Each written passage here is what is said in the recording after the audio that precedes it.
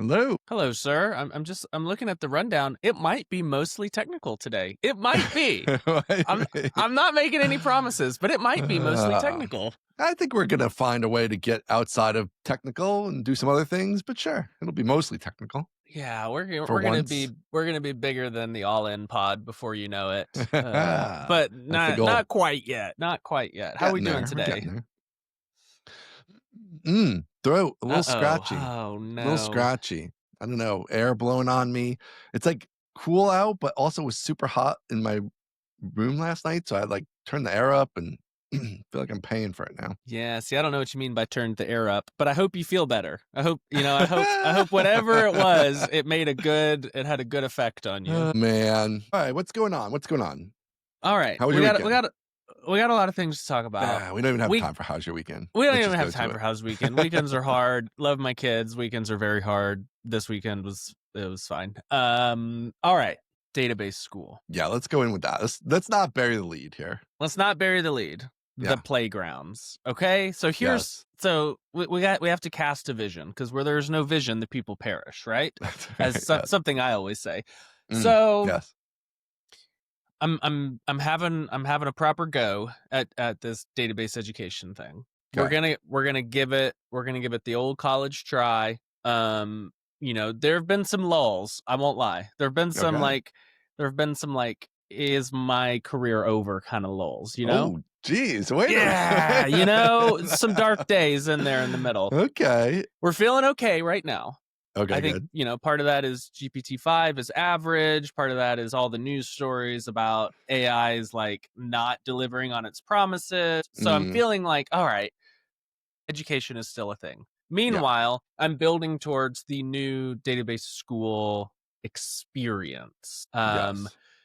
So back when, RIP Steve and I were thinking about database school, he's not dead. In fact, we talk all the time. But RIP Steve, we were saying like, the future can't be just video. And I think that, we were both pretty set on that. It can't be just video. It has to be some sort of interactive component. We need to have a Okay. little more than just video. Yeah. And we get that, Kelsey and I get that feedback from time to time, like, hey, are there any, capstone projects or like hands-on exercises? And we're like, oh, there's the data. Like, you could follow along if you want. We've made the data available, but not in like a Yeah. very useful way. Yeah. So been working on an in-browser database playground as part of that. So you'll Mm-hmm. have the video, and below that you'll have like a SQL editor, basically, just a big Okay. old box where you can type in some queries. And the fun part is it will hit an actual database containing the data that I'm using in the video. So if Okay. you want to follow along while I'm doing it, you can. If you want Mm-hmm. to wait till the video's over and practice, you can. If you don't want to use it at all, that's fine. But I will have a text box that is somehow, and this is the interesting part, Yeah. somehow connected to a live and running database where Right. you can query the database and get the results back. So that's kind of setting the scenes. Any thoughts so far? So this is one of those things where it's such a bad idea that it's awesome. You know what I mean? Yeah. Like it's We've a come all bad the way idea. around. Right. Yeah. You come all the way around. Yeah, exactly. Yeah. So I do have so I like this idea because it's definitely Okay. like annoying, especially if you're learning like a new database or whatever. Yeah. It's like, just setting it up sometimes is annoying setting and it all up. those things. And then definitely getting the data in is always annoying, even if you make it Yes. available, whatever. Like all that stuff's bad. So having it right there is gonna be super cool. You could like make it quite interactive, even Okay. like in the videos, presumably, if This you all wanted sounds on the to. good side so It's far. all So good. I think it all is good. I'm good with that. Yeah, I mean, obviously, I have questions, things like, I think it's generally frowned upon to just leave databases open and available to random people, right? Okay. Well, if that's your I'll be, problem, I've got solutions, but I'll keep be going. interested to hear and poke holes in your solution to that. And, I dare you. and then, no, I mean, I think I get it. Like, it's like you're watching the database video. Now, I mean, there is stuff like as you get into other types of courses, like Redis or whatever. Oh, Presumably this will I got work. I got for all Redis that. on lock. I'm ready for that. You're the ready stuff for that's that going to one. be a problem is like these, you know, SQLite backup tools where there's like multiple things running. I'm like, I probably won't do that, but I got plans for Redis. So keep Even going. Give me more concerns. I'm ready. SQLite can like you could run that in the browser, I guess, even, right? Like, because your browser has it. So will you just have it be a local host thing for the SQLite, or maybe we'll see. Okay, I have we're plans not for there that. yet. I've got a little proof of concept for that. Okay.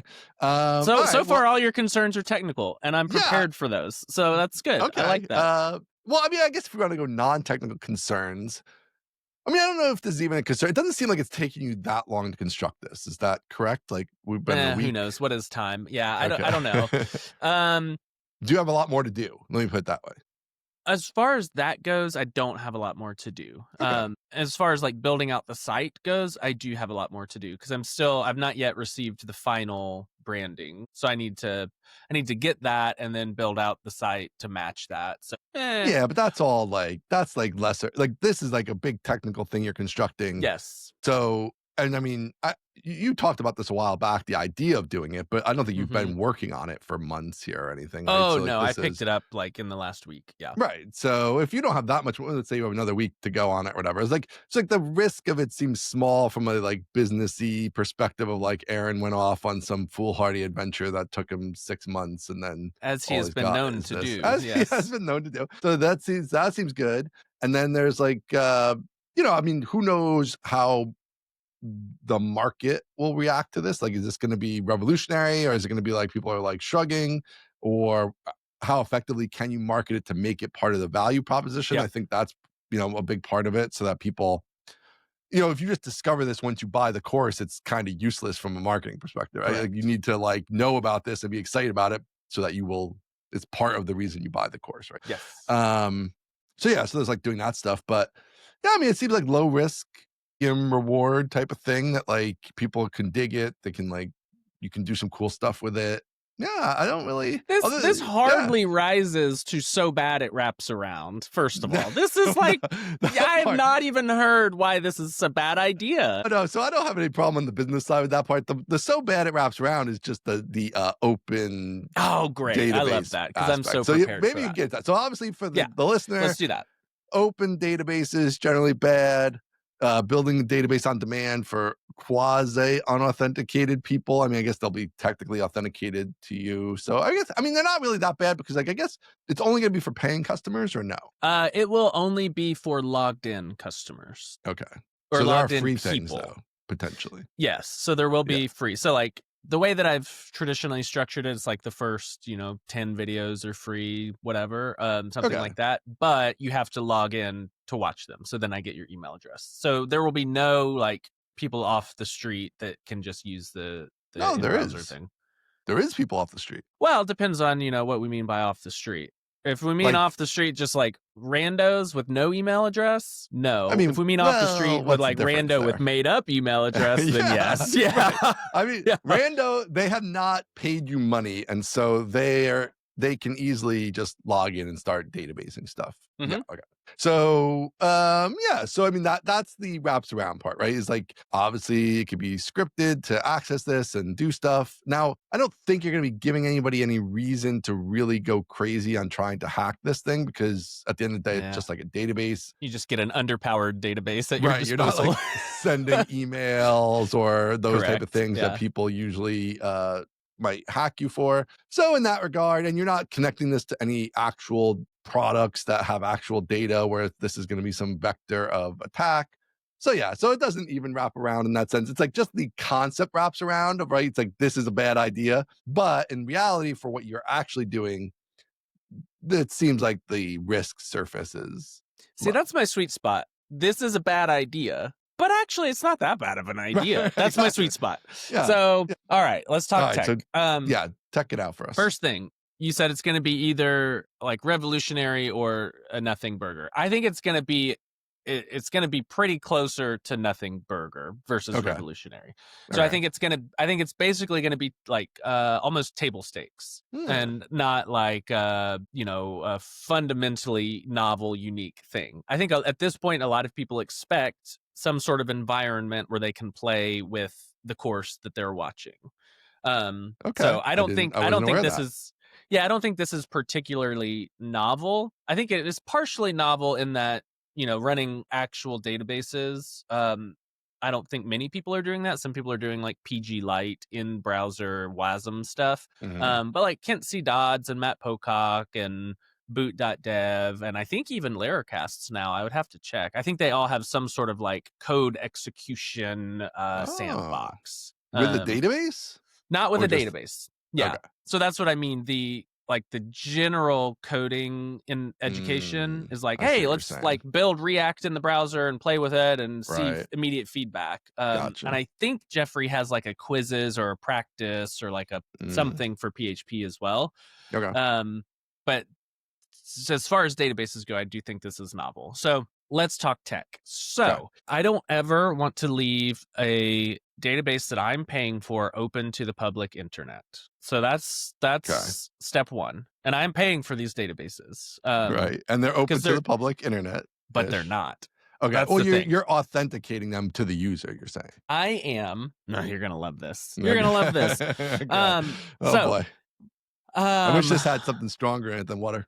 I know it's early, and we got to get afternoon energy going again. Yeah. All right, so it's actually running on a server, first of all. So a lot of people are like, "Hey, why don't you do PG Lite?" And I'm like, "PG Lite is cool. WASM build of Postgres, put it in the browser. It's just you run into the limitations immediately." Yeah.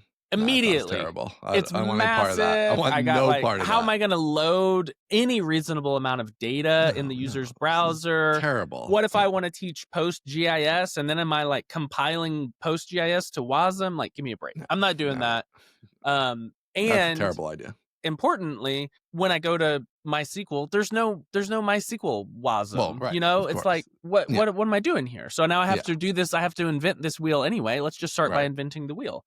Yeah. There are a couple of like code sandbox tools that do it. All of them I found them to be wanting. It's just like don't want to get into lowest common denominator, and they're it's not exactly what I needed. So you don't want to create a whole technical support problem for yourself with like your customers who paid you $200 once are now coming to you and being like, I'm trying to install the crazy thing in my browser or whatever, and I need this other thing. Like, that's all nightmare scenario. So you don't want any part of that. Yeah, I just want their browser to be able to issue a post request. That's it. And then paint some HTML and CSS. That's all that matters. Mm-hmm. So here's the setup. The databases are running on fly.io machines.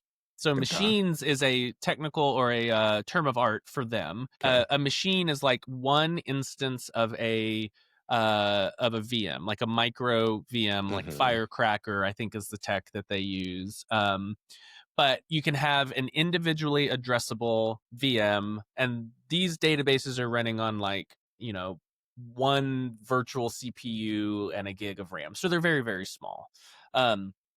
So the way that it works is my Laravel application that serves like the website and the videos and all of that stuff. My Laravel application is in charge of provisioning these fly.io machines. Okay. And the fly.io machines take a Docker file. So I've written some Docker for, maybe the first time ever. Yeah. Me and chat wrote some Docker.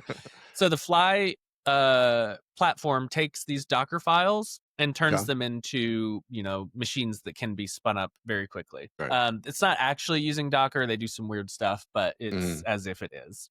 So every user on my side, every user is getting their own virtual machine. So that's step one. That's important. Nobody's mucking around with anybody else. There's no crossover. Everything's just discrete. And if it goes bad, we throw it away and we build a new one. That feels good to me. Mm-hmm.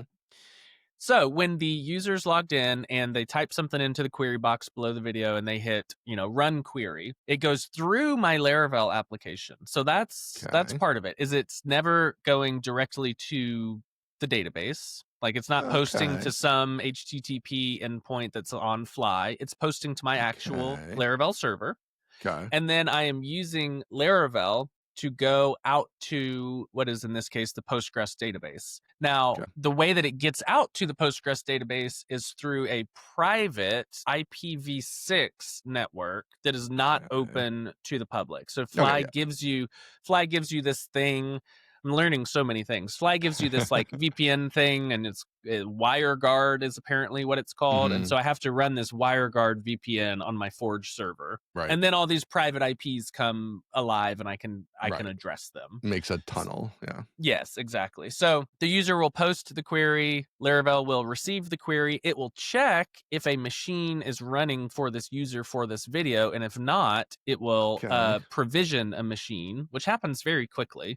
And then it will send the query, get the response, and then send the response back down to the browser. So I always have a middleman so I can make sure that it's authenticated. I'm never exposing anything besides the endpoint, which is like, video/1, /query, whatever it is. And I can then keep track of the queries that are being run, and I can suspend the machines after, whatever, some like 30 seconds, nobody's sent a query in 30 seconds. I can suspend the machine, which takes away the cost of compute and only leaves the cost of storage, which is minimal. And then after whatever, after they navigate off the page or whatever, I can destroy the machine and it just completely goes away. And so from a suspended state to a running state, it's like less than a second. It's like a couple hundred milliseconds. From a completely stopped state to a started state, it could be 5 to 10 seconds. So I'll have a pool of suspended machines that are ready just to be started. And that suspend and stop part is really fast, and it goes to sleep with everything in the same state. So when it's reanimated from suspension, all their data is still there. So this means a user shows up on a video. They send a query. In the background, I have this Docker file that loads the seed data, that loads all the extensions for Postgres. It gets the entire machine up and ready, and then it receives the query, and it brings back the data exactly as it is in the video that you're watching. It's pretty good. I like that. Okay. I have a little bit of a thought. Now you piqued me here. So I like this whole thing. So since you're controlling everything through the Laravel app, like all your security stuff is pretty straightforward there. Okay, so that's all good. Nothing open on the internet. That's all good. I feel like you perhaps over constructed this a little bit. This would be the first time I'm hearing this. Okay. So what about the idea of doing it this way, just as a thought? I hate it already, but I'll allow it. Continue. Because you've created a bit of like where you are running a mini Laravel cloud here, right? Like you have these servers and they're turning on, they're turning off, and it's awesome. You have this dependency on fly.io, which I mean, that's my biggest fear. Okay, right? So you have this dependency of this whole constructed thing, and things are spinning up and down, and but see, like there's no production data, right? Correct. And I mean, even if there was, I think what I'm going to say applies, but even without production data, it's even more applicable. Like, why not just have a single database server and have what Postgres would call schemas for each user, and that's it? And then if you want to, and to enhance the security, even you probably could just do this in code. But if you wanted to go an additional layer of security, every account gets a user in the database server, in the actual database. Yeah, so you only ever connect as that user from that authenticated account, and they can never get to the other schemas no matter what, because you have that just locked down at the user level in database. And then that's it. And then you can even have backups, whatever, it doesn't matter. But you just have this one server. You could have one 4 gigabyte server. That I'm sure would be more than enough for what people are going to be doing on this thing, unless you have some huge data, I guess. But like, even if you have huge data, have a bigger server, whatever, it doesn't matter. Like, so what about that? Why not that way? First of all, that's 0% fun. So, but it's not going to be fun when your little Rube Goldberg server builder thing goes down. Yeah, but that's later. That's not now. All right, here's a second real answer. I was going to say the real answer, but that was a real answer. Here's the second real answer. One reason is the different data per video, per course, per module, per section, whatever, right? So I might have I might have the first 5 videos be based on one set of data, and then the second use similar tables, but all with completely separate and discrete data, right? Okay. And so at that point, it's like, all right, well, then does each user need, 10 schemas for the 10 different videos? Now we've got, hundreds and hundreds of schemas What full are of you data doing in that. now in the current one? You're blowing them away eventually, and then so when they come back, or if they start a new video series that has different data, you're rebuilding. Is that what you're saying? Yeah. So every user video pair gets a discrete machine. Right. But you're saying you're gonna have like which could have discrete data in it. But you're saying you're gonna have different videos that might use the same tables but with different data, and so that's a concern. So the concern's the same either way. Whether they have their own virtual machine or not, it doesn't matter. That's the same concern. Because in my current setup, the user number 1 goes to video number 1, and they get a machine called number 1, and it has user to data video. in it. Well, so if I go through 7 videos in a day, you're running 7 machines. Hell yeah. It's weird, man. It's crazy. No, it's good. It's good. But even so, it's still the same thing as them having 7 schemas. You just have a schema, video user schema, right? Yeah. Yeah. I mean, yes, possible.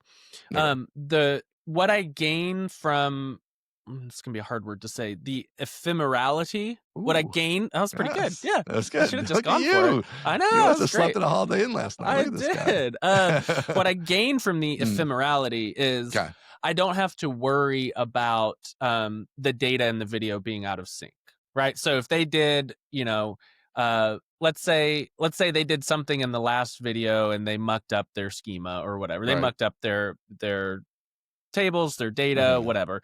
Then they go to the next video. If I reuse that schema, it's mucked up. If I give them a schema per video per user, then I've got thousands of schemas in this one, database, which I don't know if that's good, bad, or indifferent. I actually have no idea. So what I gain from the ephemerality is everything starts fresh all the time, which feels great. That means that reduces my amount of maintenance that I have to do to be like, hey, is this? No, it really does, because the platform. No, the platform handles it all for me. The FlyIO platform. I'm just like, hey, give me a fresh database. Give me a fresh database. You're losing me on this one, because you can do the same thing in a code in one line of code. Blow away the schema, build a new one. But I don't understand what that gets me having one database server. I don't understand why that's helpful. Okay. But hold on. So the continuation of the thought is that is not possible with these other technologies, right? And so that's not possible with MySQL, right? So if I go I do it with MySQL. Well, you could put a bunch of databases into one server, right? Yep. But then the structure's a little bit different, right? So now I've got different code paths for Postgres and MySQL and SQLite and Redis. That's true either way. DuckDB. How is that not true either way? Because my way, the way that I do it, I just send a query to the running database. Yeah, but if I'm in a course that's MySQL, right? You're going to spin me up a MySQL database virtual instance, right? Correct. Which has its own code path to get there, because it's not doing the same. You're not gonna be able to reuse the Postgres code to like build out the table. It's gonna be all different stuff. Either way, it's a separate code path. I don't think that's true. I have a different Docker file. That part's true. Well, okay. So right there, right? You're telling it to do a different thing, right? And then the code you run has to be different because the syntax is different. It's different. The course is different. It's all different. Everything's different about the MySQL course and the Postgres course, right? It's going to have different data. You need different commands to set up the database, to seed the data. Like, it's all different code paths for sure. It's not going to be one code path. Yeah, I don't think that's entirely accurate. So the setup is like in my setup, the only thing that is different so far, and we'll just take Postgres and MySQL. The only thing that is different is the shape of the Docker file. Beyond that, the data in the Docker file. Okay, fine. So right. Okay. That's all the seed data is in the Docker file. So in the way that I build the image, it can have base seed data, but it also pulls seed data off of the video model in the Laravel application. So it takes the base image, like it takes the Docker file, and then it looks at the record for which it is building the image and says, hey, do you have any seed data associated with this particular video? And it layers it on top, and then it goes out and builds an image with all of that data baked in. So like 50 videos may share the same image, but if you have different seed data in the last 10 or whatever, you're going to get 10 different images or whatever. Yeah. I mean, so it's a different code path at a different point in time, sort of effectively. But I mean, we're talking about code path. Like this is like 20 lines of code, right? It's like build a MySQL table or, what a database and put this data in it that I suck in from a exported SQL file or whatever it is, right? Doesn't matter. I think with all the databases, it would totally work across them. Now with Redis, I don't know as much about Redis. Would Redis work? I'm not sure. You could have different like individual databases in Redis, but they're is like paper thin. They're false. They're like they're not really different. Yeah.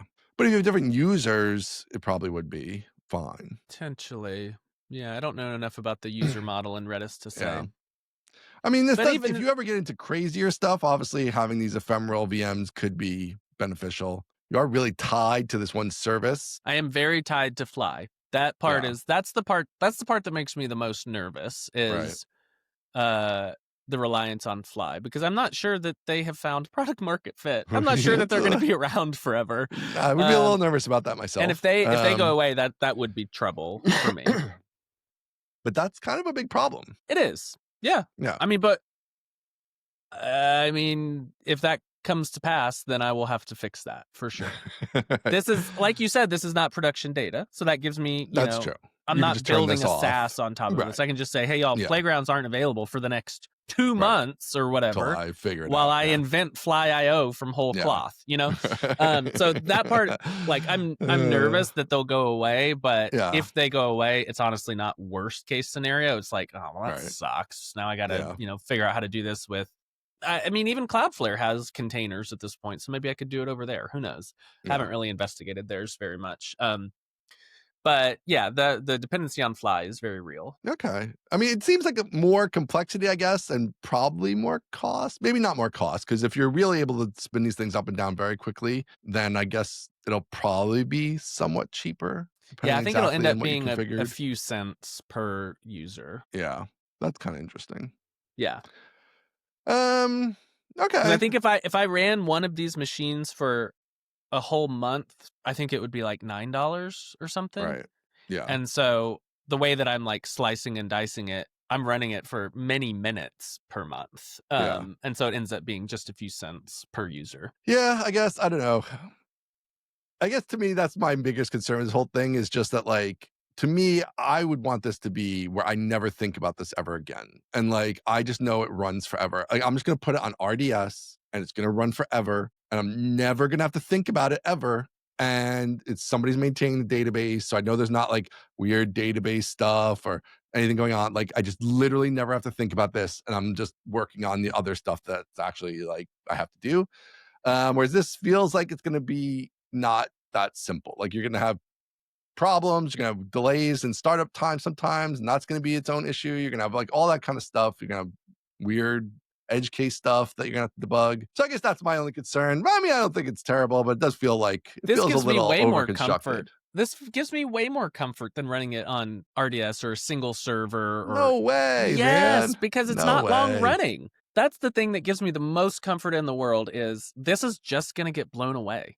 Like, it's just going to go away. And so, like, for example... the complexity. That's like sometimes it's going to go away and people didn't want it to go away and they come back and now it's not there. And like all these kind of things are going to be now issues versus just, it is long running and stuff. You can have it be there forever. You give them a button that says blow it away and reset it, blah, blah, all that stuff. Like, no. And the database is so there forever. Like, let's say that you and I go to watch videos at like, at 5 minutes apart. I show up, I watch a video, and then we realize, wait, oh, the seed data's wrong. Like, oh, we gotta, update this extension in Postgres or whatever. And you show up 5 minutes later, you will get all of the new seed data, all of the new extensions, all of the new everything. And all I had to do was like change the Docker file and push. And then the next time somebody requests like a container, it's going to be fresh. It's going to be clean. It's going to have everything exactly. Like, I don't have to go back and like update old databases and be like, oh, I need to bump the versions on this. It's just like, all right, well, build it from scratch every single time. Yeah, but to me, there's no difference in that, because like you could just construct the whole stack every time and it'll happen instantly. Like if you want, you can still do that whole mindset with a standing database server, right? Like these tables don't exist, the database doesn't exist, nothing exists. Like I delete those out every time when the person leaves. And when they come back, I reconstruct it every time. Like you can still do that whole thing just with a standing database server. It doesn't have to be, and it'll be instant as opposed to being 10 seconds or whatever. I don't understand that at all. So like if you want that, like you can still keep the ephemeral part, because you can just say, okay, this person left this video, right? Okay. And whatever routine you're running now that turns off this server, right? Their ephemeral server, instead of turning off an ephemeral server, it tears down their schema in the database server and it's gone. Poof, delete. And then when they come back to the video, you rebuild it. But how do I say, like, we need to upgrade this, vector extension or this PostGIS extension, or like, how do I do that that's going to affect a bunch of different people? You see what I mean? that happens instantly for everybody on the central database server. That's even better, right? Like when you update it on the central database server, it's updated for everybody instantly, instead of people out there with running VMs that are now in an outdated state compared to the base image. I understand what you're saying. I don't buy any of it. I'll be honest. That's just how it works. I don't know what you're saying. No, like that part's fine. I just mean the entire argument. The entire argument doesn't land with me at all, because it's like, wow, it's crazy. Your argument is, first of all, I feel like it's very Postgres specific, which is what I'm trying to not do. I'm trying to not do. Second of all, do all everything we talked about. I do exactly the same thing in MySQL. I believe you. I don't like it one bit. 0% do I like it.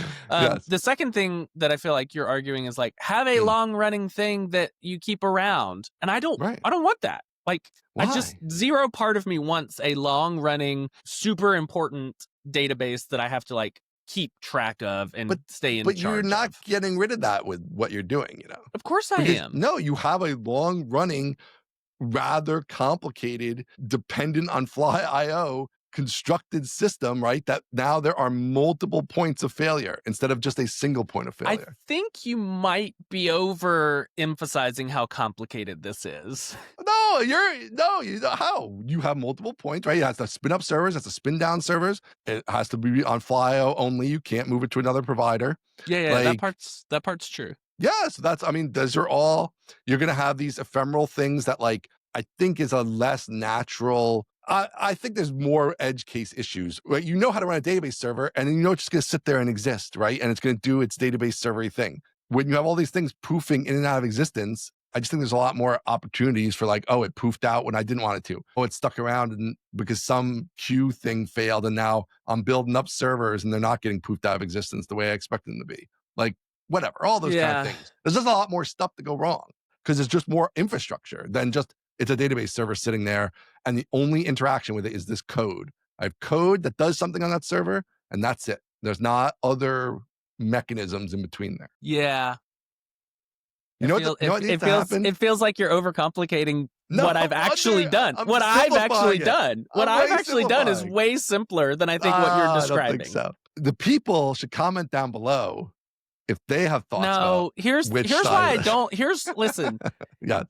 Here's why this is a surprise. Here's why certain group chats have not heard about this, because everyone always disagrees with me all the time. Everybody's like, Aaron, you're an idiot. I'm like, will you just let me do it? Like, listen, I don't care about it. Like, let me do it. Let me cook That's in the here. problem. That's why there are things I have wanted to share that I haven't shared, because I'm like, I just don't want to hear about it. Well, here's the thing. When you have a big surface area, so there's going to be people on both sides of every issue for you. See, that's the thing, You're going to only they weighed equally in my head, which they don't. So I'm not on this. This is a stupid idea. I love this idea. I'm just saying from a maintenance perspective, I would go with the simpler, proven, it runs anywhere, it does anything, blah, blah. No, to me, your strongest argument is you want to get into weirder stuff. And then the weirder stuff, this gives you more flexibility to get into weirder stuff.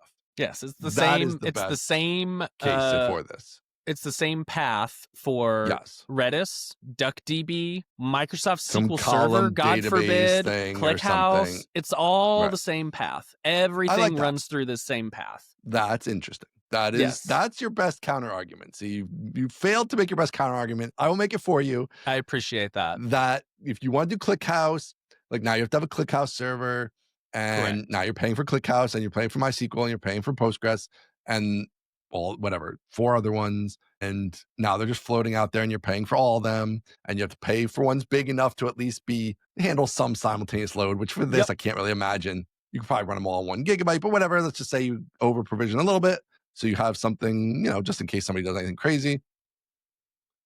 So that part I'm with you on. That gives you the more flexibility. I still don't like the flyout dependency. I still wonder if there's like some way it could be done in a more, I don't know. I don't know what's out there with this. This part is beyond my abilities, but is it like, are there just other platforms that give you the instant spin up ability so that you're not so dependent on one unprofitable startup for this? In the end, I don't think I'm actually that dependent on Fly because there are a bunch of, container as a service. Right. That's what I was wondering, if the offerings. container things work similar enough that you'd be able to.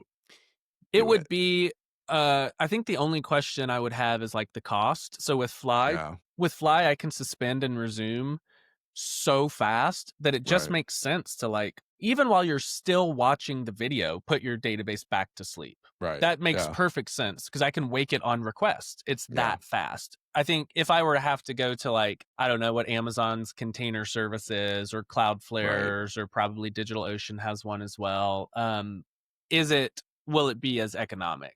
Economical, because that's the thing that's like really getting me a lot here, and that's the way I'm able to do this is I can just suspend them, and I can have a pool of 50 suspended machines and pay like nary $1 for a month of that, and then, like, that part's all great. That's that fine. part's awesome.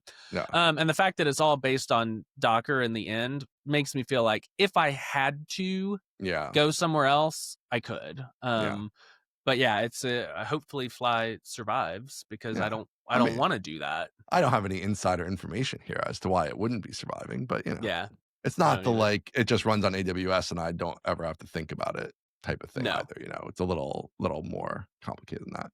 Yeah. All right, let's pay some bills. Let's do it. And then we will continue with this. So thanks to our sponsors this week. Let's go with Native PHP and Bifrost, the fastest way to build native mobile apps and ship them to users on Android and iOS. Build with Native PHP, distribute with Bifrost, launching today. Today, as you're listening to this on Tuesday, it's launching today. This is Bifrost. It's launching today.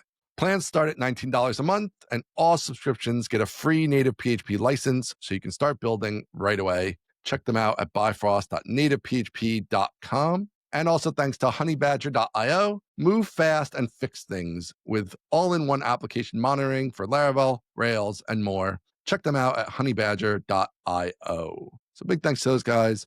Cool to have a launch on the show. Native PHP, I feel like we've been along for the ride on that, and now they're launching their build service, which is pretty cool. Yeah, they're really cruising. They are cruising. We're like watching the rise here, like live on the show. It's kind of awesome. Good for them. Okay, so Database School, Database Playgrounds. We built the ephemeral thing. We're rolling with it. We got so I feel like we've done. This has been a long segment, but I feel like I have more questions. Okay. So, what the heck do you what are you typing into? How'd you build that part out? What's going on with the SQL part where I'm in there typing and seeing tables and whatever result sets? That was kind of an open question. Like, what are we using to do code editors in the browser? And the two things that came back were Monaco and CodeMirror. Okay. And I looked at both. Monaco Monaco is just too much. It's just Right. like it is VS Code's editor in the browser, and it's like Yeah. I don't need all that. Yeah, that feels heavy. It's so heavy, very cool, very customizable, but I don't need it. And so Yeah. I started playing with Monaco. Nope, I started playing with CodeMirror. CodeMirror 6 is the latest, and it too has a pretty steep learning curve. I mean, it's just so much like configuration and all these different things, but I've got it working in a spot where it's really beautiful at this point. So Steve a while back worked on like a SQL kind of editor, and so I took parts of that out, added a bunch of Chat GPT on top of it, and now we have a really good solid SQL just like text pane basically. So what's lacking is any sort of like schema explorer, and I don't know if I am going to do that or not. It's a little bit of an open question to me as to whether or not this is like beneficial for the user to have a SQL Explorer, or if it should just be, you got to learn to write queries, like write some queries, like figure out your way around this database. Don't just click and shoot. But I don't know. We'll see. It's possible to do that, and it could be, for the proper database courses, it could be a nice thing to be like, oh, here's the structure of the users table. But part of me thinks like, let's just explore it using SQL. That's kind of the whole deal. So I don't know. But CodeMirror 6 is where I've landed, and it's really, really good. A little bit complicated, but very good. Yeah, it doesn't seem like you need that for V1 of this. Like, Explorer. And also, again, seems like pretty complicated when you actually get in there, like with the different things you want to show, and like you could even have just like what do you call them, like kind of snippets or something of like, you could have like a little save snippets thing, and you could pre-populate that with like, hey, here's like show databases, that's whatever, a good idea. The common things to let you just see what's up with the general structure of your database type of thing, if you wanted to have like a in-between way for the people to do that. But yeah, I like that. I mean, I can't imagine, I don't know, I guess there'll be some stuff probably at the schema level too with what you're doing, but most of the time people are going to be just in a table. Yeah, most of the time people are just going to be writing queries, getting data out. Yeah, that's like, that's most of it. Let's add an index to this and see how much faster it is, and whatever, exactly. blah, blah. I like it. Now, are you going to integrate this into the videos like directly? So no. So I've thought about that. I've thought about like well, maybe. So I've thought about doing something where it's like, all right, now pause this video and type this below. I'm not gonna do that. That feels a little too tightly coupled. One is like, am I gonna always have this playground down there? Am I gonna find that 1% of the people use it and I just pull it out? I'm like, maybe. And am I going to build the entire course around the idea that people are actively interacting with it? Because I know that some people like me like to just watch. And I don't want to, listen to you be like, now what did you get down there? Oh, great. Okay, wonderful. And try to do this weird thing where I'm talking to you and you're not participating. So I may say like, hey, if you want to practice this, we've got data down below, try these few things. I'll see you in the next video, something like that. But it's not going to be, all right, now pause here and click this button and the query will transfer from the video down into the text editor. And now you can play with it down there. Like, I don't think I'm going to do that. You could do, I think we maybe brushed on this at some point in the past, but you could have like a little AI Aaron Francis that's part of the app that's like, here's some problems we can try, and like, or whatever, giving little like things to do in there. Since in the video you're not going to tell them what to do with this, seems like somewhere you're going to tell them. Yeah, and it might be that like at the end of the video I'm like, hey, there's there are 3 challenges down below if you want to complete those before moving on. But it's not going to be watching in the middle of the video like, all right, now what did you get? If you got this, then that means that. Like, I don't think I'm gonna do that. And I don't even think you need it in the video. In that, if it's just gonna be like challenges at the end, like it could just be like, it'll be obvious, right? It's like, here's 3 challenges. Like you can have it written there, 3 challenges, right? And here's your playground, and like they can do them or not do them. Or I think people do like that, like which challenges have I completed successfully sort of right. vibe, right? Or at least do they like it or do they like the idea of it when Right. they go to buy? I don't know which one of those Exactly. things is true, but having it seems like it's probably advantageous since, like you mentioned before, a lot of the course providers do have these sort of things you can check your way through so you have some Right. sense of where you're at. Yeah. All right. So that's pretty. So we're pretty good. So we have another little bit of work to do on this on the Got a playground little bit part. of work to do on the infrastructure part, and then a lot of work to do on the like website building out part. But I'm just ripping so much of it out of our current platform that that's going to move pretty quickly after I get the designs like nailed down. That's the thing that Yeah. is going to maybe take me a little while. But in terms of like, transcoding and serving videos, all of that, I'm just ripping out of our current platform, which this is actually Database School will not be built on top of our current platform. I'm very confused here. So I was like, Yes. wait, what's he talking about? I thought we had a platform. We do But have we a don't have a platform. platform. Okay. We do have a platform. And it works But great for what we were doing. Works okay. just perfect for every course, kind of gets its own site. Right. And the landing pages are kind of laid out in this certain way, and the watch pages look like this. Right. That's perfect. And we will continue to use that if I do a one-off Laravel course in the future, it'll go on that platform. But Database School's, a much bigger bet and is going to have a lot more, like, obviously the playground that's not built into the current platform at all. The podcast is not on the current platform at all. Forums. So there are lots of things that like hopefully Database School will grow into that the current platform doesn't support and doesn't need to support. So I have a question now. Okay. I feel like we maybe missed something in your thinking about Database School that we need to connect up. So are you right from day one with Database School? Mm-hmm. Is it going to be the subscription setup? Not from day one, no. Okay. So you're still going to have to buy individual courses. Yes. Okay. Now, what are you going to do with like the Postgres course that you already have? Are old courses coming on to this new platform or no? Old database ones are, yes. Old database ones are. Okay. All right. Yes. And you're able to take stuff out of the old platform into the new platform to some degree. Yeah, totally. Okay. All right, man. You got a lot to do. I don't know. I got a lot to do. There's a lot going on. Yeah. Oh boy. Okay. All right. What else on Database School? So design's coming in. It's not here yet. It's designed for the website and the platform, I assume. Yeah, like just holistic branding. Okay. So platform, video, graphics, podcasts, like YouTube thumbnails, kind of all of it. So that'll be in pretty soon. I've been working with 2 different branding companies to try to figure out like, which one is going to win. Okay. And so I'll pick one soon, and they're both actively working on it. So I'm paying for 2, but I will pick one and maybe parts of Look the at other. this guy. Yeah.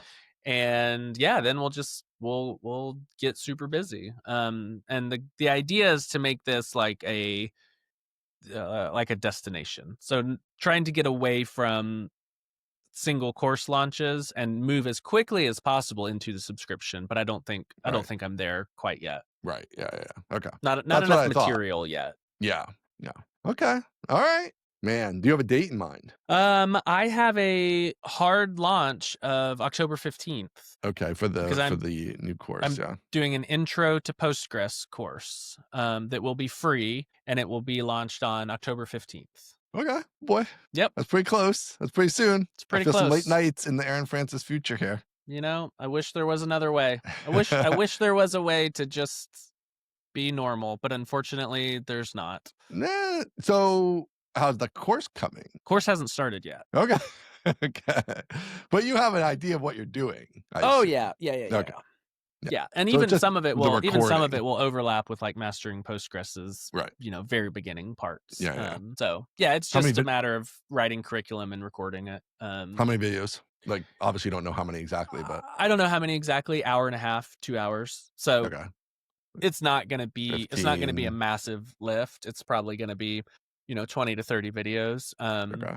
And it is that lower level, and the company that's sponsoring it, which I'll talk about soon, is paying for it to be free. And so it's supposed to be like very beginner friendly intro, Right. consumable. Everybody go watch it. There's no reason not to. It's free, that sort of thing. Yeah. And so I'm not doing, another 10-hour, let's learn everything about Postgres. It's like, Right. hey, let's get started. And then if you want more, there is more that you could buy. Now for this, are you going all the way down to like, you've never used a database before, and I'm going to have a couple videos on just that level, or are we jumping up to like, about databases, but you don't know about Postgres? There will be a little bit of like, just a little bit if you've never used a database. Yeah. And that will be kind of like rolled in, intertwined with what is Postgres and why use Postgres. Yeah.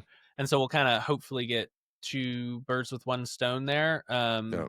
But yeah, it's gonna start at a very low level. Yeah. Like, Okay. hey, I like this. I'm not gonna say this, you're a vibe coder and you have no idea what a database is. Let's just talk for 1 second about what a database is, why Postgres exists, why you might choose it over the other options, and then we can get into like, let's do some hands-on stuff.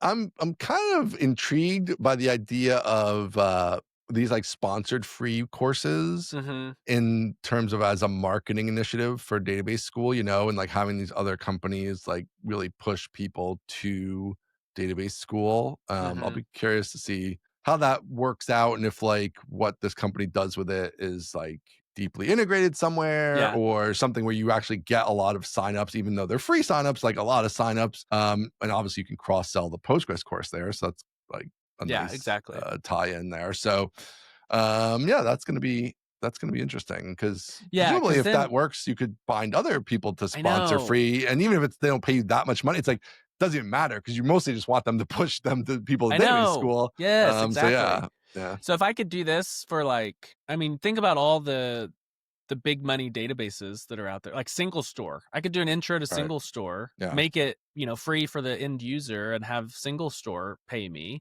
And then I could do like, I could do any of it. I could do DuckDB, which I really do. I want to do that one because that one sounds like a lot of fun. DuckDB.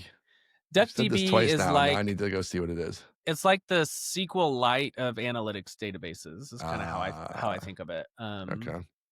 So stuff like that. I would love for Timescale to pay me a bunch of money to do a Timescale course that's free. Right. So yeah, I hope that this works out. I'm, kind of putting I'm betting a lot on it. And frankly, if it doesn't work out, this might be the end of the road. Like, this might be game over. I don't know if I can keep doing this, man. Oh, Aaron Francis, wait a minute now. If this doesn't, no, seriously, if this doesn't work, like let's say through the end of this calendar year, we don't have signs that this is going to work. I don't know, man. I don't know if I can emotionally handle continuing to push this. Yeah, this pushing this uphill. There are other options. Like I may, if this doesn't work, I may just pivot fully into something completely different. I don't think getting a job is the only other option. That is, of course, on the table, and I'll do whatever it takes to provide. But there are other things I could do that, are, I don't know, make more money, be more traditional, whatever. But yeah, this is my last big swing on independent education, I think. Wow, wait, we're breaking news here. Hold on. Okay. Oh wow, I wasn't expecting this.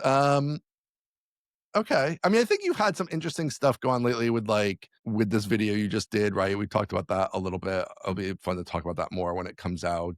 Right, yeah. The commercial type video. Yeah, the commercial type video. So I think you're really good at that kind of thing. And like, I do think there's an aspect of your personality, right, which wants to work on different things. And so something like that, I don't know if that's even what you're thinking, but that kind of thing where like you get to work with different organizations and doing different stuff and be kind of bounce around a little bit more could be intriguing potentially. Yeah, could be.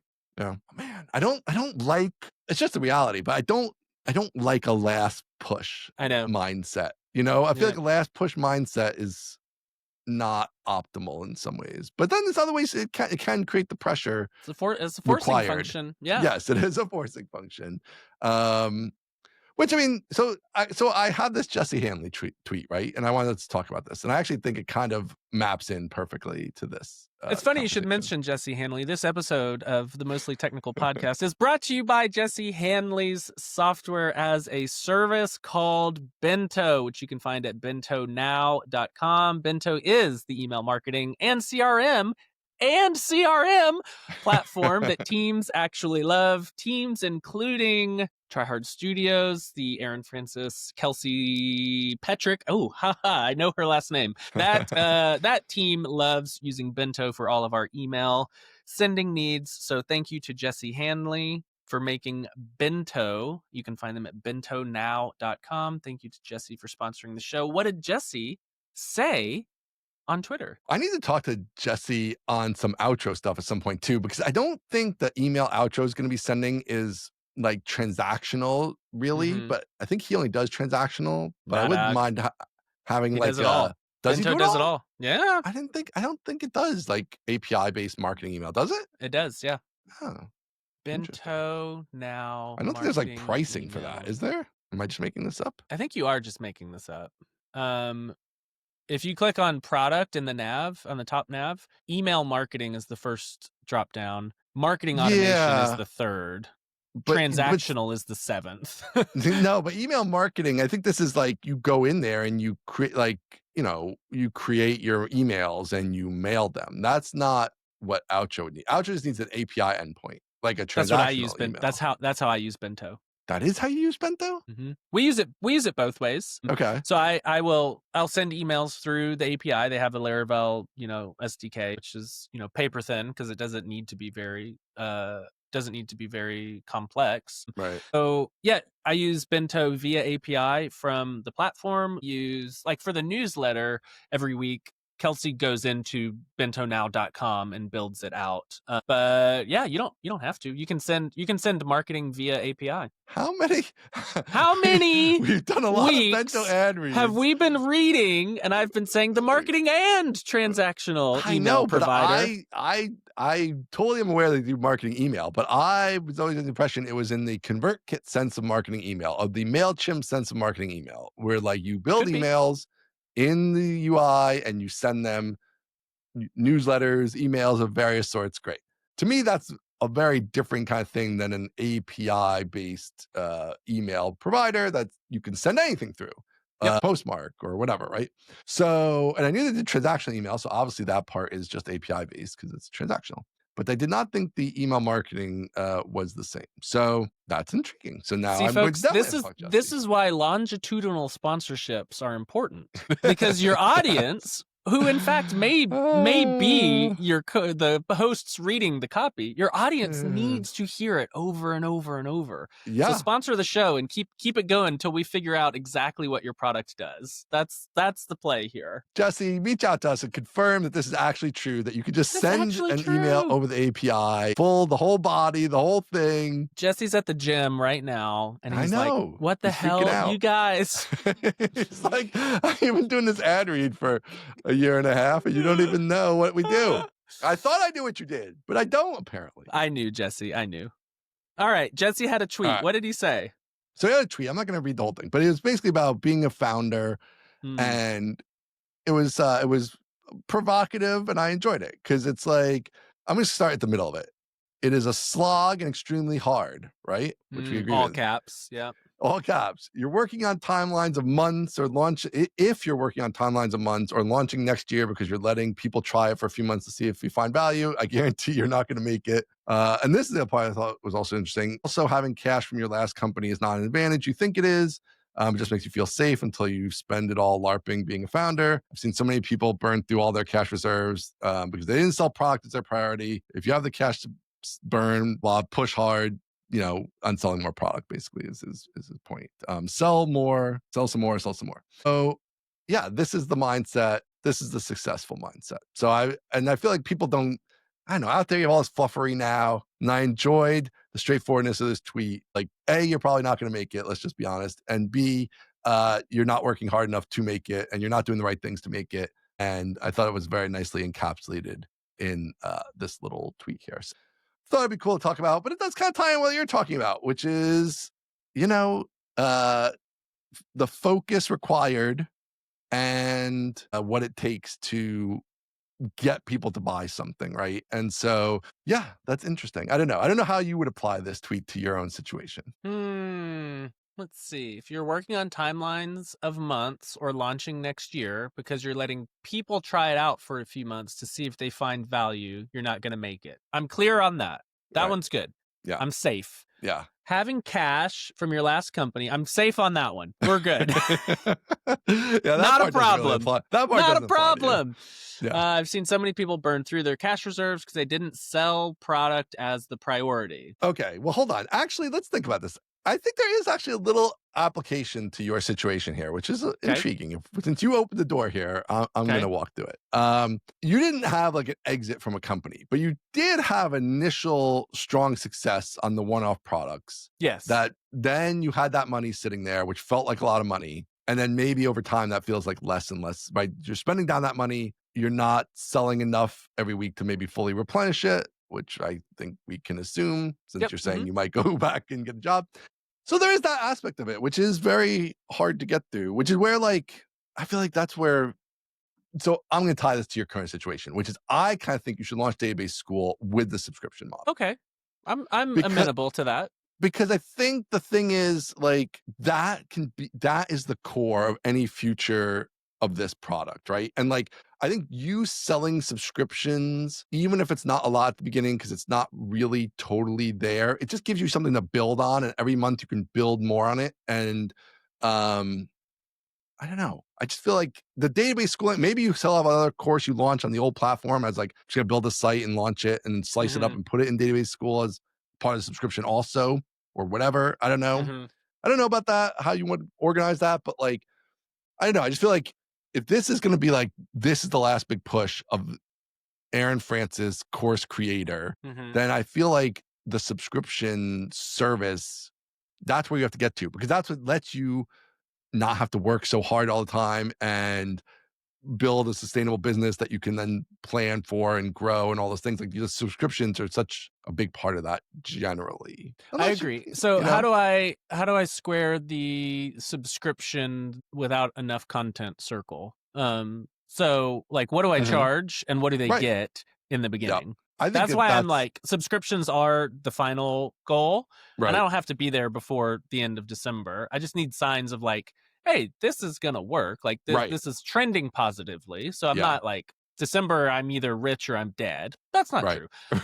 Hopefully. But how do I like my thought was I'll do a few in the middle. And then once there's a good backlog, we'll transition to subscription. Yeah. So you're saying just do it straight away. What's the story or the play there? You motivated and excited. I feel like if you had 50 subscribers, it's more motivating. Do you know what I'm saying? Like these are like people paying me. It's proving that people want to pay for this as a subscription. I'm going to get out there and sell. I'm going to talk about it all the time. Like that is that motivation level versus like the big spiky. Yeah, I made 80 grand on a course, but now I come down and the next week I make 0. And like that's quite that the come down. Game, right? And like, cause if this is gonna be the long-term thing, I don't know. I feel like you could judge it, right? It's like, it starts cheap. I think that's the easiest answer, right? Is like, it's $9 a month. It's $5 a month. It's $10 a month, whatever. It's cheap, right? It's way cheaper than the course would be. So that's your phase 1, right? And I think you can have an asterisk there. Like database school's launching. During our first 6 months, it's going to be super cheap. You know, we might raise in the future or whatever. I don't even, maybe you don't want to say that exactly, but it could be even cheap for the initial people, right? And the cost is going to go up in the future, whatever. I don't even think that's that important, that part of it. I just think it starts cheap because you don't have a ton of content, but people trust you and know you're going to produce. And you do have a fair amount of stuff you can put in there already. Maybe it's not in the final form. Yeah. You would prefer to have future things in, right? So like, hey, this is the whole Postgres course in there in the format it's in, and it's in big video chunks, and maybe you won't do it that way in the future, but that's what it is right now. That's the content you have. That's what you're going to put in there. And that's it. And like, even like with this free Postgres course, you are selling the database school version of the Postgres course. It's $9 a month to get access to all the Postgres and all the SQLite and whatever else you have around that you can put in there. Right. And that's it. And that's where it starts. And you build that up, and that's what you push on. $9 a month. That's what you're going for. or whatever So it is. I'm open to that. I think I like the idea of skipping over the messy middle of like, hey, we're doing, pay to play courses, and then, oh, hey, now we're doing subscriptions. Like, Yeah. I like not having to do that at all. Like, not the technical side, but like the communications side of this used to be pay your course, and now you still have access to those courses, but you got to switch over. Like, okay, I like not doing that. I like the idea of like the opening price being super low, almost for like the true believers or the fans or the friends or whatever. And just saying like, hey, this is whatever, $9, and it's gonna go up. The goal is to end at a lot more, $39, $49, $59. But for now, it's $9. Because the content isn't fully there. I like that idea. I do think it would be more motivating to see that subscriber number grow over time than it is to like get, one-off sales over time. I think that is probably true because that's durable, right? Hopefully goes up every month. Hopefully we're not, being churned to death, but hopefully it goes up every month. So yeah, I don't know. I like that. I think I could potentially pull that off. I mean, the other thing with a cheap price is it does maybe open the door to more easily getting like teams and stuff in. Like I would still have a teams thing, it's like so you can manage your team and bring your whole team in here. So yes, it's like $9 a month, but if I put 10 people in there, that's $90 a month, right? And so that's not so bad, right? So if you can get some teams. It's not, but compared to 10 teams or a 10 seat license to Mastering Postgres right now, we're talking like an order of magnitude difference, you know? Well, yes and no. Depends how long they stay. True. Yeah. Yeah. But the other thing is that I guess that's the question. I'm going with the assumption that you're not selling a ton of those if you're like, I might have to go back to work. I don't think it's necessarily so. I think sales are doing pretty okay. I think a lot of that in part to Kelsey sending emails. Turns out like that actually helps. Right. So yeah, sales are doing pretty well. Not as good as they were last year, for sure. Right. Last year we had the 2 big launches that went great. We haven't had a big launch that went great this year. So that's obviously a difference. I mean, the other thing I guess is, I guess it's more like, because also like, if that still converts, it's like, well, you have this free course coming up.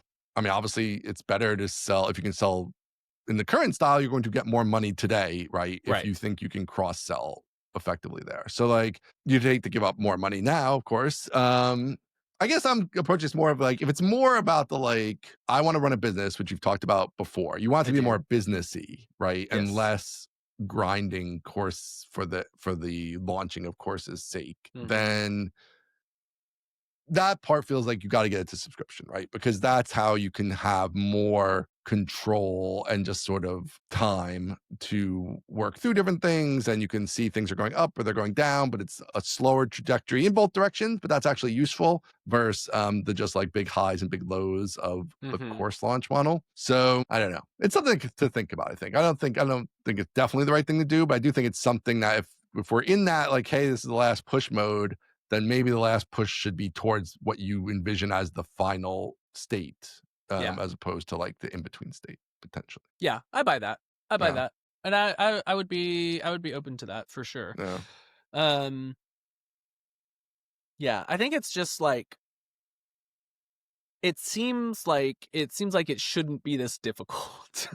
I think that's the thing where I'm like, if it's going to continue to be this difficult to like. And it's not all work stuff, right? It's this has been a very difficult 4 years of my life. Like I can't imagine it being much more difficult than having 4 kids under 3 and getting laid off and developing arthritis and it's like maybe I'm just like running out of steam here. So I feel like that is part of it is should I continue to like try to do 7 hard things at once, or should I pick something that is, slightly easier? I don't know. We'll see. I think if this becomes more easily sustainable, that's really all I'm after is like sustainability. I just don't want to continue to live like oh, I got a big deal. That's great. We can keep eating. I kind of just want to get to a point where I come in and I work on the business, not I'm Yeah. inventing the business every day. So yeah, I don't know. I feel like there are a lot of factors conspiring into do I have the energy for this? It's kind of an open question. Yeah. I mean, I do think there is kind of an interesting aspect of like the consulting Aaron Francis world, which Mm-hmm. I think is subtly different from the course launch Aaron Francis, and that it does feel like it's similar, probably in the sense of like, okay, we get a deal and then we got to get the next deal, right? It's Yeah. always the consulting thing. But there is something different about that than like trying to make these products work. The products are like the hardest thing. I feel like the products are the hardest So thing. hard. And like, And products in this, we'll say, crappy vertical of education. That's hard. Like yeah. it's just it's hard. There's a lot of competition. There's a lot of alternatives. Mm-hmm. Yeah, yeah. Like how you got to stand out enough to make people pull out their wallet. A lot of that is, I think, on you as a performer. Let's call it right. Like I think Kenzie Dodd has fans. I think Jeffrey Way has fans. Right. Yep. Like people are paying them because they're fans of them. Which I think you do fit that mold also. But you gotta, yeah, how do we turn that into money in a reliable way? Yes, is the that thing. is the evergreen question. Yeah. Is how do I turn that into money? And part of it is like, what do I want to do? Who am I and what do I want to do with my life? Right? This goes back to the why Yeah. don't you just teach AI courses thing that was being beaten over my head because I don't want to. Right. And it's like, what do I want? Who am I? What do I want to do with my life? And that has to be taken into account. I'm not able to just produce what I think are creative artifacts by brute force. I'm not capable of doing that. Maybe other people are. I'm not. Yeah, I mean, I do think that is part of it. I mean, I think so even my own case, right, is like, I think when the AI stuff comes in and is intriguing, but I don't think you're in the right place for it because I think you're on the too far of the end towards burnout to probably fully take advantage of it potentially. Totally. But like, at the end of the day, like HelpSpot as a product basically comes down to like, I was in there early as things moved to the browser. And for like those first 3 or 4 years, it was super awesome. And that we just sold tons. And like a lot of those customers stayed for the next 20 years.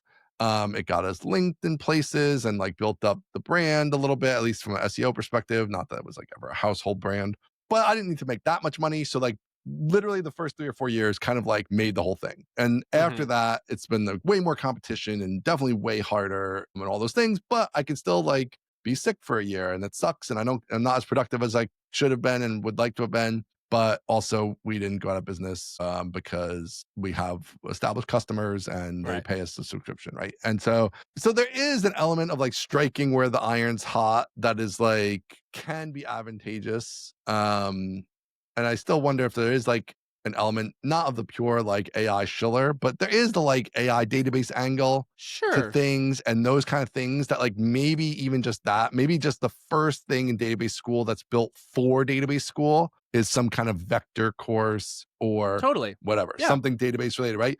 So that you can like leverage, because this is not going to last forever. Like it's going to bust in some fashion, whether it's like a full-on .com style bust, whether it's just there becomes so much competition that it's just too hard to get in there at a meaningful scale. But there is an element to where like riding the wave that others have created is useful versus having to make the wave, So yeah. I feel that. And my argument has never been I don't think this would make money with like AI courses. Right. I'm not an idiot. I always have believed if I was super into AI and did a course, I bet it would make money. Yeah. But I think you're right. I'm just too far gone to be super into AI. Like I just can't do it. Yeah. I can't do it. I don't have the time. I don't have the energy. I don't have Yeah. the interest. And all of that is going to come through on camera. And it's going to be like, first of all, it's going to be depressing to produce because I'm going to be like putting all of this energy into something that I don't really believe in. No, I don't. And then it's not going to do well because I'm going to be embarrassed to talk about it because I'm like, this isn't actually very good because I don't believe in it. Think so it's all a mess. You doing the Claude Code course, I don't think that's what you should be doing. But you doing a single store course, so how it connects to your AI thing or Great. Cloudflare, Love that. AI tools with Cloudflare, the thing. AutoRag. Great. Love that. Right. That sounds Whatever. fun. Whatever databasey but useful to the AI coders take. I feel like that is something that you could be excited enough about, even if it's not your number one thing, and like leverages all of your like contacts in the database world. Of course, Because all these database platforms, they want to connect to AI too, right? They are desperately trying to like, we added vector storage. They're trying to get in all the keywords and be the behind the scenes tool of choice for the AI devs, right? That's where they're going to be more interested in spending more money too, from a marketing perspective, right? Yeah, so that all ties in. Like somebody's going to want to sponsor the Aaron Francis AI AutoRag, whatever, blah, blah, blah course on Database School. So like that still lets you play that game too of like, yeah, you're selling subscriptions for $9 and that's not where you want to be ultimately, but it still builds the foundation. But while you're building that foundation, you can still play the sponsor game and make that all work together. So I feel like I feel like that's something there. I feel like that's like you can meld some stuff to get some of the juice without you doing all the work, and then you leverage it to building a stable base that can have that baseline income. So you can take a vacation or things like that and not feel like you're not working and blah, blah, blah. Yeah, no, I totally agree. And I am trying to like latch on to some of that wave in my own way, for sure. No easy answers. This is the real world out here. It sure is. Man, I don't know. This product stuff, the other thing is it's just hard, man. It's just hard. It doesn't really get easier either. Like it gets easier in some ways. You have employees, you have some stable revenue, definitely better. But even like I still feel like, like I should be up at night, like working on stuff at 10 p.m. Like I still have that pressure that I feel to do that. It's just part of it. I feel like it's a part I'm trying to work on, but it's not going so well. It's just there. It's a baseline. It's always a baseline. Nothing like a job for sure. I don't know, man. Maybe we'll leave it there. Do we want to we have a whole list. We have a huge list we'll leave of it out. We'll leave week. It on the burned out, depressed loser state, and we can wrap it up there. That sounds perfect. Oh man. Okay. Well, we can leave it there. We'll leave it there. We didn't even get to talk about DHH, our favorite topic.